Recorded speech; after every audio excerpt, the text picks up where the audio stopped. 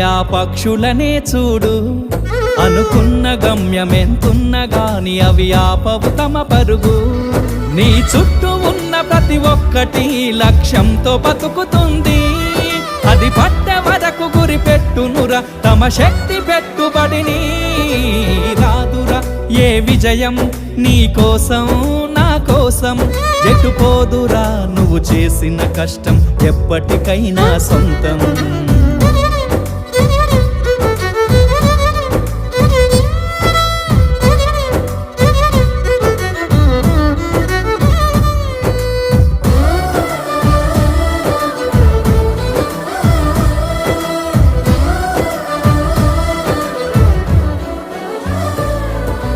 ఎంత చేసినా ఎదగలేదని దిగులు చెందబోకు.